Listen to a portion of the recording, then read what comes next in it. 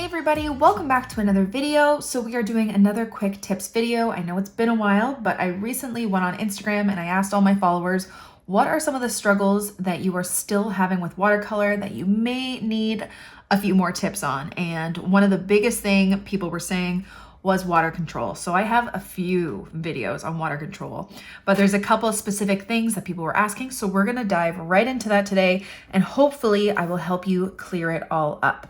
Okay, so the first thing we are going to talk about is loading your brush. Loading your brush with paint and water. So I'm just going to be painting in my Etchr Lab cold press watercolor sketchbook. I have two size brushes with me today, my Princeton snap brushes in a size 12 and a size 6, and then my Winsor and Newton professional watercolors. Okay, so everything is dry now. My brushes have not been wet yet. My paints have not been wet, and I'm going to show you how to load your brush.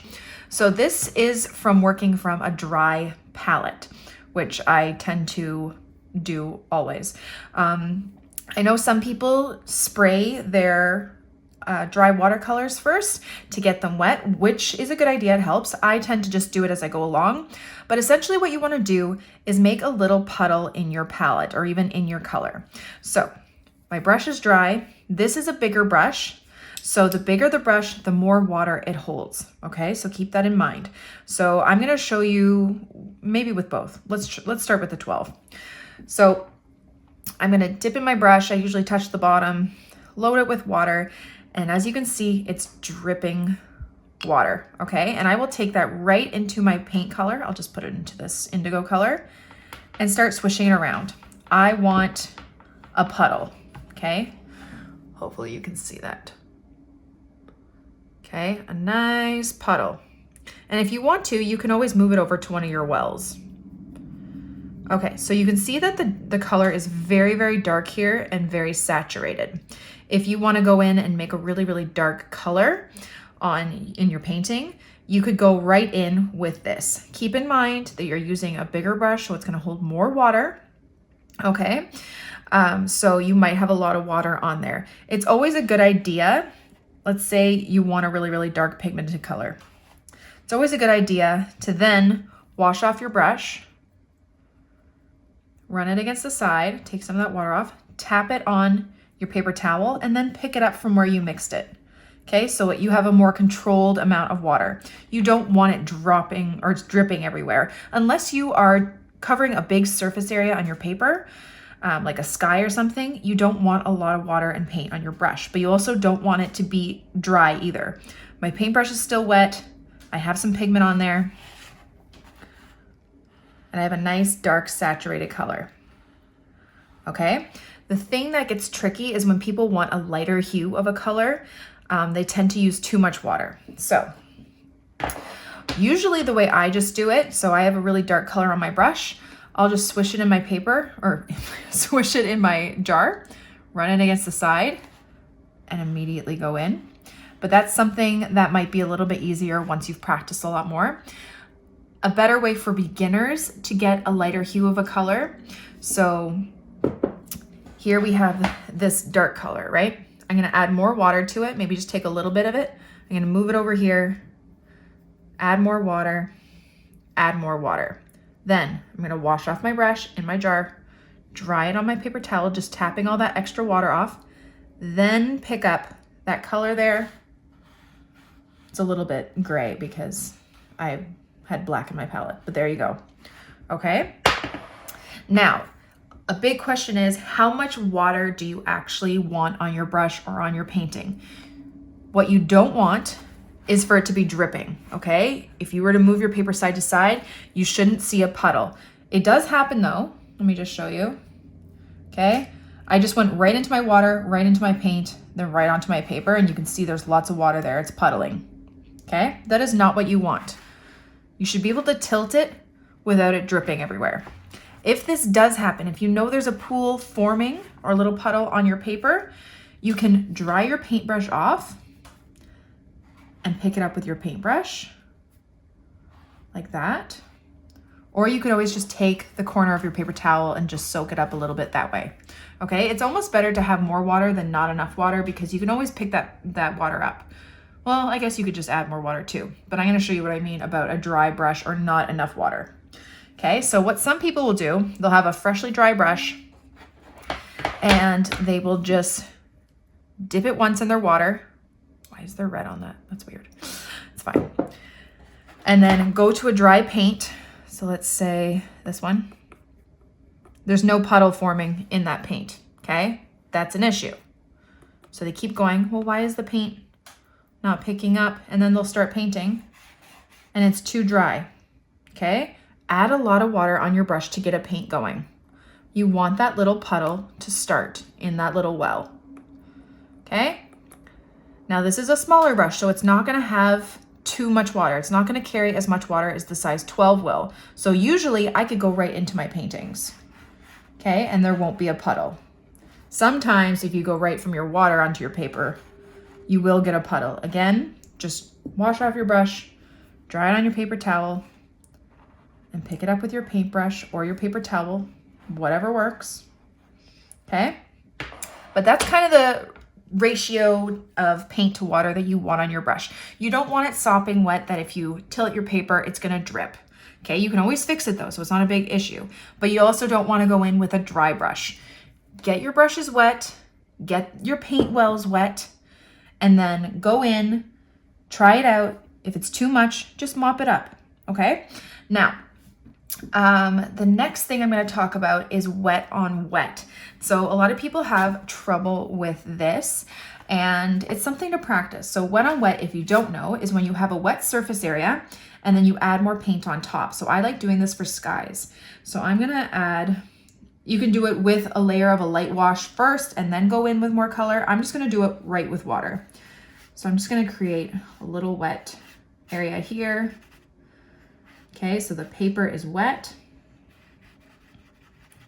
I pick up some pigment and it creates these really cool kind of out of focus, blurry edges, okay? And it's really nice for blending and getting like a seamless sky.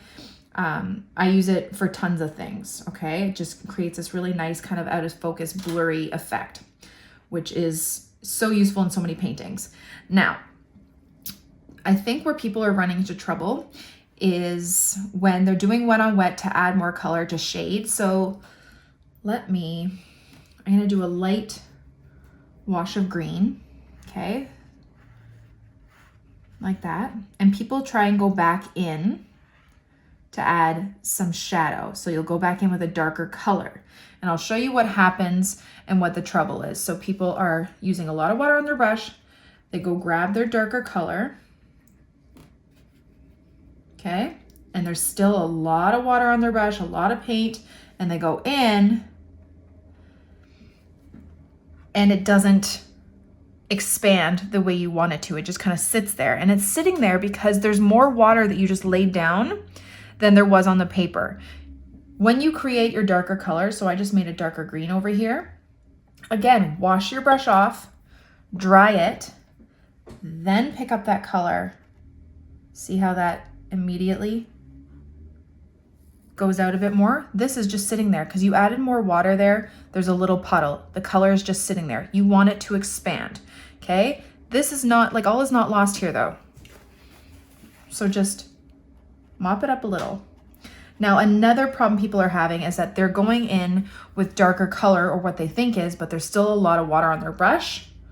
So when they go to put that darker color in, there's more water and it's actually pushing the pigment away. One really cool thing about doing wet on wet is that if you have, let's say, here, I'm just gonna grab this blue and I'm gonna do a blue sky. And you can use this to your advantage, but a lot of people have trouble with this.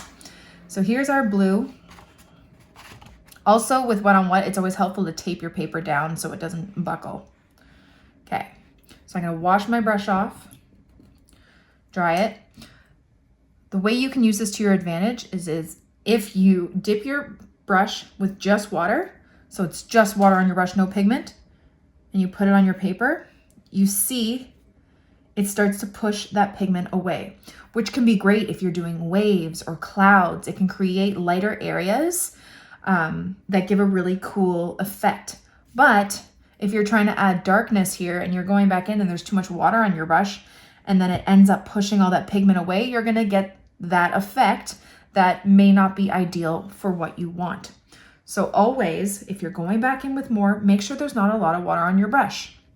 And the way to do that is create your color, create your shadow color, wash off your brush, and dry it off on your paper towel, then go in, okay?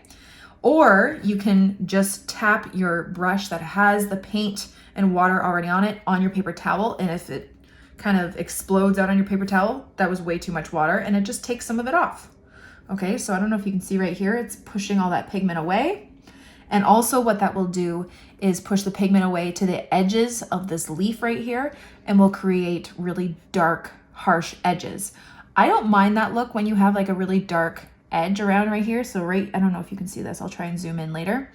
It has a really, really dark edge. I kind of like that for some things, but a lot of people seem dissatisfied with it. So if you don't want that, you're using too much water. And people say, well, what do I do? How do I know if I'm using too much water? You'll know, and then just fix it. Don't worry about it. I think a lot of people stress and they get upset and think it's them, but it's something that you learn. And by using some of the techniques that I gave you, hopefully you can learn how to fix it. There's still times where I use way too much water and then I just fix it, okay? Doesn't mean you're a bad artist. It doesn't mean you should stop painting. You just gotta learn how to fix it, and yeah. Okay, so let me just try, I'm gonna add a little bit more water to this and just show you. You can really create some lighter bits, and that's a cool way to create clouds or waves, but that's just because the water is pushing away that pigment. Too much water will push away the pigment. And see here, and I've explained this in other water control videos, the two sides are drying at a different rate. This is already almost dry. This was sopping wet because there was a puddle there. And when two parts dry at different times, you get this kind of like cauliflower effect or blooms. And I'll go into that on a different video just about blooms. But yeah, that means you have too much water. Okay, so quickly, I'm filming this after because I forgot. One of the questions was, how do you know how much water you need to do wet on wet? Okay, there's one key thing you want to look for when you're doing wet on wet. It is to have a nice light sheen, and that is just a shine. So I don't know if you can see this through the video, but I'm just laying down some water, and the right amount of water is where it's not pooling on any of the edges, but there is a nice shine. If you were to tilt it to the light, let's see, you can see it. See that shine right there? That's what you're looking for, okay? What you don't want, I'll show you, try to add more water, is when you tilt it to get a pool. I don't know if you can tell right there, I'm getting a pool, because when you end up doing wet on wet, when you add the color, all the color is gonna sit in that little pool, okay? You want it to expand over the background, not sit in one area. So the right amount of water is when you have a nice light sheen. Like, look at this. See how that pool is moving? I don't know if you can actually tell. And if you end up having too much water, again, just mop some of it up and then move it all around. This also helps to see, like when you look for the sheen, if the whole area is wet. You should see that nice light shine to the background of your paper, okay? No pools, no puddles, and then you can go right in and you should get those nice wet on wet effects, okay? Because if we have that puddle, okay, when I add that color, it just sits there. It doesn't expand, it doesn't flow the way you want it to, okay? So that is the right amount of water. Just a nice light shine on the background, no puddles. Okay, so another problem people were having with water control, especially with wet on wet, was that their paper was drying way too fast. Now, a huge thing about that is your paper quality. If you have cheaper paper, it's gonna dry a lot faster. 100% cotton paper actually soaks in the water and holds it longer. So this Etchr Lab Sketchbook holds in water a lot longer, and Arches holds in water a lot longer. It just stays wet longer, gives you more time to work. Paper like Canson, it dries super fast. Also, the factors in where you're painting, so your room, like right now, my room is super hot and the lights are making it hotter. So things will dry faster. The little trick that you can do to fix that, so say here, I mean, this might be too far gone right now. This is still wet, this is dry, and you really wanted to blend it out and make sure it was all wet. I'm just gonna go over the whole thing again. So you have that really harsh edge. And I'm just gonna try and even it out. Let's see if I can save this. Okay, if something dries too fast, just wet it again. And go over it. And there you go. Now, make sure that there's no little puddles or dripping. Just make sure it's not too wet, and that it should dry evenly. You'll know that if you tip it to the side and it's dripping, it's gonna dry unevenly, okay? When you are doing wet on wet, or if you want something to be evenly wet all over, you should see a nice light sheen, like a little shine over the whole thing, and that's how you know. Just looking at this one, I can see that it's starting to dry right here, and this part is a little bit more wet. Not too much more wet, so you probably won't notice a difference. But if I wanted to do more wet on wet, I'm gonna show you. I'm gonna grab some blue here. It's not expanding because that part's not wet. That part is still wet, okay? So say I was doing a background here and I still needed it wet. All you're gonna do is take your wet brush, go over the whole thing again, and then add your color. Okay? And that's about it. Now, the last struggle that someone was talking about was that what happens if you start off too dark with a pigment? So like we did at the beginning here, we grabbed a lot of paint on our brush and we went down and we go, oh, that's too dark. I don't like it that dark. Sometimes you can save it by blotting. This one, you cannot. Sometimes we make mistakes. That's okay. Some colors you can save by just blotting. Let's see if we can save this green. So I go right in with my color.